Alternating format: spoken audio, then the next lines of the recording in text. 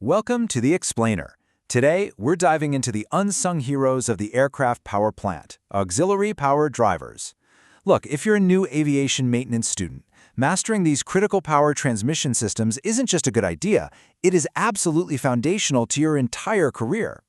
So let's start with a really practical question. Ever wonder what actually keeps your alternator running smoothly at 10,000 feet? Well, spoiler alert, it isn't magic. It's pure, reliable mechanics. Before we even think about picking up a wrench, we need to understand exactly how essential accessories in an aircraft power plant get their mechanical juice from the engine. All right, so here's the game plan for the Explainer today. 1. Powering accessories. 2. Belt and pulley systems. 3. Inspecting and tensioning belts. 4. Chain and sprocket transmissions. And finally, number 5, chain wear and elongation. Basically, we're going to cover everything you need to know before you step out onto the hangar floor. Okay, Section 1. Powering aircraft engine accessories. Let's take a quick look at the fundamental purpose of these mechanical systems. So in piston engine aircraft power plants, belts and pulleys are your primary go-to for transferring power straight from the engine to your vital accessories. We're talking about the exact systems that drive absolutely crucial components, like the alternator, which supplies all the electrical power, and the vacuum pump, which keeps your central flight instruments running. Honestly, without these surprisingly simple loops of rubber and metal doing their job, the whole accessory system would literally just shut down. Moving on to Section 2. Belt and pulley systems, which are also known as flexible drives. Let's zoom in a bit. As a mechanic, your job is basically to be on the hunt for what we call belt killers during your pre-flight and regular maintenance checks. Flexible belts rely 100% on friction to transmit power, and because they're typically made of fiber-reinforced synthetic rubber, they are incredibly vulnerable to the elements. I'm talking ozone and ultraviolet radiation, which will literally bake these polymers and make them brittle over time. That is exactly why any removed belts absolutely must be stored in a relaxed position in a cool, dark place, completely away from electrical machinery. Now, when you're inspecting an installed belt, you have to check both sides along its entire length. If you spot any cracking, chipping, fraying, or splitting, that belt is toast. It's severely degraded and has to be replaced immediately. Uneven wear or a glazed, shiny look on the rubber? Instant red flags. These aren't parts you can just patch up with some tape. You gotta swap them out. And please, remember this non-negotiable rule in aviation maintenance. Whether you're replacing a belt because of visible damage, or maybe just because it's a life-limited part that hit the end of its scheduled interval, even if it looks perfectly fine, you must always use the exact manufacturer-approved part number. No substitutions. You can't just slap on something that kinda looks similar and call it a day. Section 3. Inspecting and tensioning belts. Finding the damage is really only half the battle. Now we need to talk about testing for proper operation, because a belt in pristine condition still won't work right if the tension and alignment are out of whack. Tensioning is a pretty straightforward 3-step deal. First up, you do your comprehensive visual check. Second, you run a deflection test to measure exactly where the current tension is at. And third, if it's out of limits, you make your adjustment. You usually do this by repositioning the alternator using the adjusting bolt right on its mounting bracket, and then locking the whole thing down.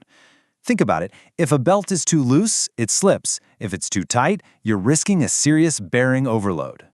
To do the deflection test properly, you press down firmly on the belt in an unsupported area, usually dead center between the two pulleys. You then measure exactly how far down it deflects and compare that against the extremely strict limits found in your aircraft maintenance manual.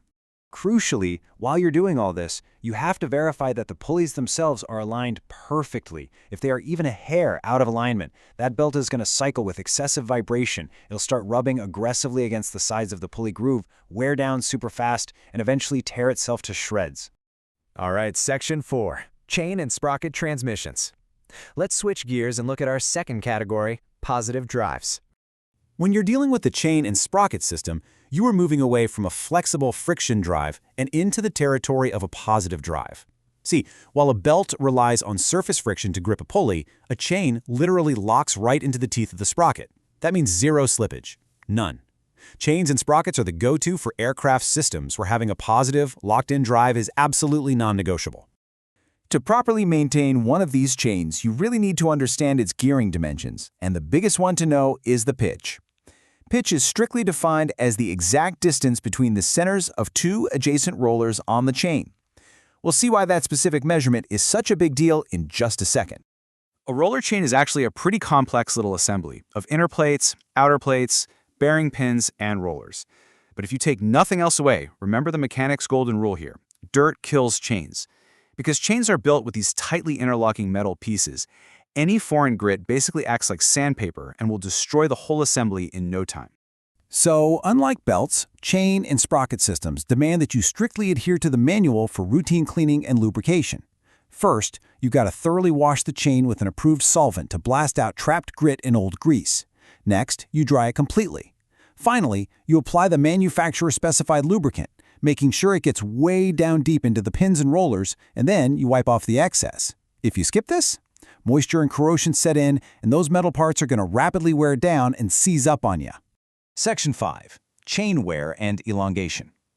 Let's look at how all this builds into the single most critical inspection you're going to perform on a positive drive, checking for excessive wear, which usually shows up as stretching. Your first physical test is what we call the articulation check. You basically draw the chain smoothly over your index finger, bending it a full 180 degrees. What you're doing is feeling for any stiff links that just don't bend seamlessly. If you hit a snag, you can try to fix it. Clean it out to free up dirt, or maybe very gently tap the bearing pin with a light hammer. But if it still stays stiff after that, you've got to reject the entire chain. Now, once it actually passes the articulation check, you move right into the elongation check, which measures stretch over time. You lay the chain out on a perfectly flat surface, apply a specific tensile load to pull it nice and taut, and then you measure across a set number of pitches. Using a formula, you calculate the exact percentage of extension. You're basically comparing its current stretch length against the theoretical perfect pitch of a brand new chain.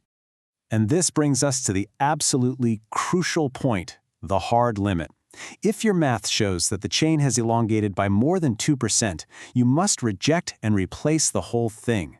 There is zero middle ground here, folks. A chain stretched past 2% is literally a catastrophic failure just waiting to happen. Which brings us to the end of our explainer. Whether it's a microscopic fracture in a rubber V-belt or a chain that's stretched just a fraction past that 2% mark, these details matter. As you step onto the hangar floor to kick off your career as an aviation maintenance tech, keep this in the back of your mind. Your dedication to precision, your strict adherence to the manual, and your eagle eye for these exact details, that is what keeps these complex aircraft flying safely. So, will you be the mechanic who catches that tiny flaw before it becomes a disaster? Let that question drive your training.